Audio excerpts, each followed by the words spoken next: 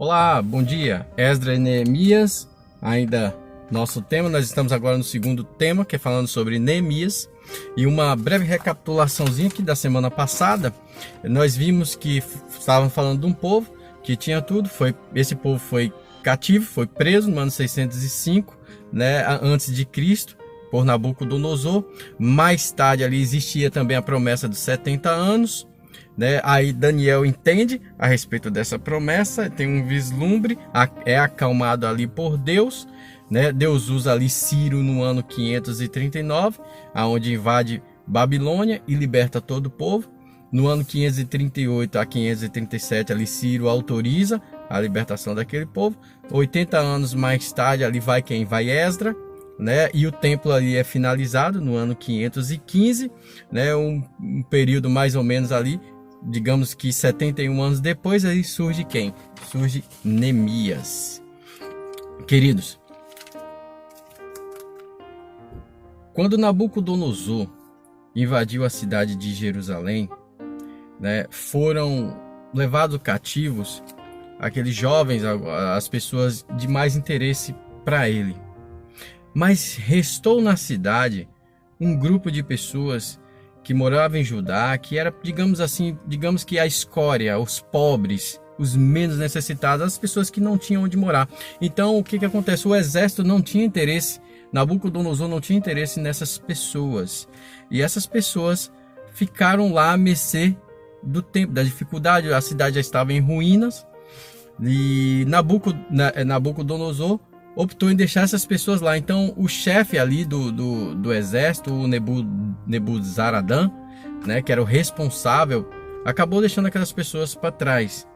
Então Neemias ali no capítulo 1 e o verso 2 pergunta ali a Hanani, né, um dos seus ali irmãos, uma pessoa próxima, o que tinha acontecido com aquelas pessoas que tinham ficado lá em Judá. E que essas pessoas não tinham sido levadas. Ele perguntou o que aí Hanani vai e responde: olha, Neemias, isso está no verso 3 ali do capítulo 1. Elas estão lá em grande miséria, né? São pessoas desprezadas. Elas moram de toda a pior forma possível, porque já não existe muro mais em Jerusalém, as paredes já foram derrubadas, não existe portas, tudo foi queimado e a alimentação é bem escassa. E aí você agora vai para um verso para memorizar, que está no capítulo 1 do verso 4 e 5, é onde você entende, né? Quando ele tendo ali ouvido Hanani, ele diz assim: chorei e lamentei por alguns dias, e estive jejuando e orando perante o Deus dos céus, e disse: ó Senhor, Deus dos céus, Deus grande e temível, que guarda a aliança e a misericórdia para com aqueles que te amam e guardam os teus mandamentos. Naquele momento ali, Neemias, ele entra em desespero, ele sente a dor do próximo. E eu gostaria de perguntar para você, como é a sua vida? O que você sente quando vê uma pessoa passando necessidade, querido? O que você sente quando você olha para a África e vê aqueles meninos praticamente em ossos? Eu já vi reportagem de que às vezes eles desenham um bolo de barro e ali come aquele bolo de barro, imaginando que está comendo o melhor pedaço do bolo do mundo. Sabe, queridos, quando você vê uma situação dessa, por mais que você esteja passando necessidade, frio, fome, sede, olhe para essas pessoas e veja que existem pessoas que sofrem muito mais do que você. Na realidade, você está sendo privilegiado e não sabe. Mas Deus, sabe, havia feito uma promessa, e Deus é fiel na promessa. 71 anos havia se passado. E aqui você começa a ver os questionamentos da semana. Domingo fala de Neemias recebe as más notícias, foi o que ali o fez chorar. E ali na segunda-feira fala sobre a oração que ele fez, e eu queria ressaltar alguns pontos da oração. Ele usa a súplica para que Deus ouvisse a sua oração. Ouve-me, Senhor. Você tem orado para que Deus ouça os seus desejos, as suas súplicas? No segundo tópico aqui ele diz, ele confessa, no primeiro ele reconhece a grandeza de Deus. Antes de qualquer oração, queridos, reconheça que Deus é soberano em todas as coisas. No segundo ele usa a súplica, no terceiro ele usa a confissão dos pecados. Detalhe, ele não só usa a confissão por ele, mas ele entrega a Deus também os pecados do seu próximo. Você tem feito isso? Você tem orado para que as pessoas, que Deus perdoe as pessoas? Você tem, na sua oração, você inclui as pessoas? Sabe, queridos, no que diz respeito a Deus, salvação é isso, é você se preocupar com as pessoas. E o reflexo disso sobra para você. É você. Salvação é você amar o próximo, fazer o bem ao próximo, olhar para o próximo, de certa forma sem se preocupar com você. Sabe por quê? Porque quando você faz isso pelas pessoas, Deus está olhando por você, para você. Quinto, a solicitação que o Senhor se lembrasse das suas promessas. Olha, queridos, tem interessante aqui, olha, o quarto e o sexto tópico, há uma insistência na oração. Deus ouve, mas você precisa ser insistente, porque muitas vezes nós queremos que as coisas se resolvam da forma mais rápida possível, mas não é assim. E aqui, a reafirmação de que Deus havia resgatado o seu povo. Deus é fiel. Ele sabe que Deus é fiel. E nós precisamos ter essa convicção de que se Deus promete, Deus cumpre. Na terça-feira, você vê aqui falando, aí Neemias começa a se manifestar. É onde eu gostaria de ler com vocês aqui o capítulo 2 e os versos 3 e 6, que diz assim, acompanhem comigo. E lhe respondi, quando Neemias se aproxima do rei com um semblante triste, o rei já percebe logo, porque não era aquele Neemias que ele conhece, que ele tinha contato constantemente. Porque quer queira ou quer não, ele era uma pessoa muito próxima, de confiança, porque parece brincadeira, mas ele tinha de provar o alimento antes para saber se aquele alimento iria trazer segurança para o rei. Infelizmente, se tivessem veneno, alguma coisa, Neemias ali seria morto. Então, ele era uma pessoa de total confiança do rei, mesmo que tendo essa consequência, digamos assim. E aí o rei percebe o semblante do seu rosto decaído e pergunta, o que está acontecendo com você? Você não está doente, você não é assim? E aí ele responde aqui, no verso 3, viva o rei para sempre. Observe que o início da questão já é algo extraordinário. Ele mexe com a sabedoria e ele buscando longanimidade para o rei. Como não me estaria triste o rosto se a cidade onde estão os sepulcros dos meus pais está assolada e tem as portas consumidas pelo fogo, sabe?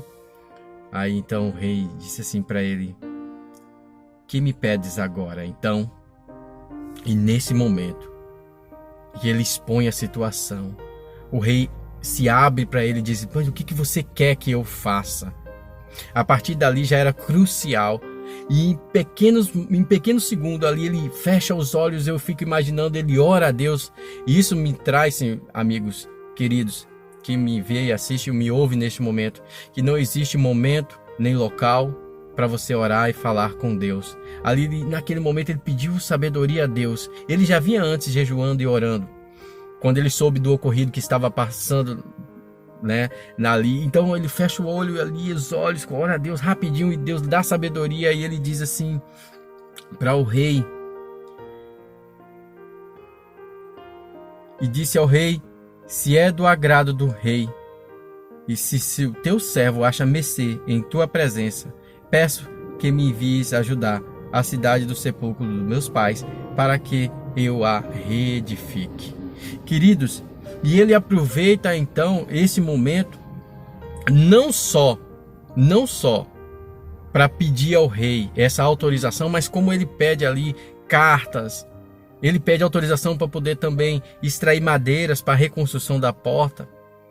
E o rei não só cede isso, mas também cede pessoas, guardas, para acompanhá-lo. Há uma transformação muito grande na vida daquele homem. De copeiro ali, ele vai ter uma grande responsabilidade de governar, de reestruturar uma cidade que até então havia sido destruída.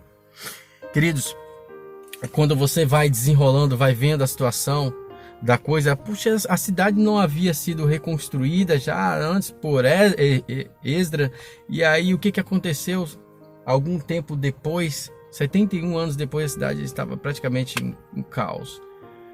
Lembra do início? Existia um grupo de pessoas a qual o rei tinha escrito essas cartas e dizendo do poder agora que Neemias tinha. Quando eles recebem fica claro na história de que eles não queriam que a cidade fosse reedificada por dois motivos. Eu diria até mais, se for o caso: inveja, potência, poder da cidade, daquela cidade que estava diante de Deus, sendo conduzida por Deus. Aquelas pessoas que receberam aqui as cartas que você vê aqui em Neemias capítulo 2, o verso 19, disse: porém, Sambalate, o Horonita, e Tobias, o servo Amonita, e Gesem, o Arábio, quando o souberam, zombaram de nós e nos desprezaram. Isso Neemias contando. Nos desprezaram e disseram: o que é isso que fazeis? Quereis rebelar-vos contra o rei?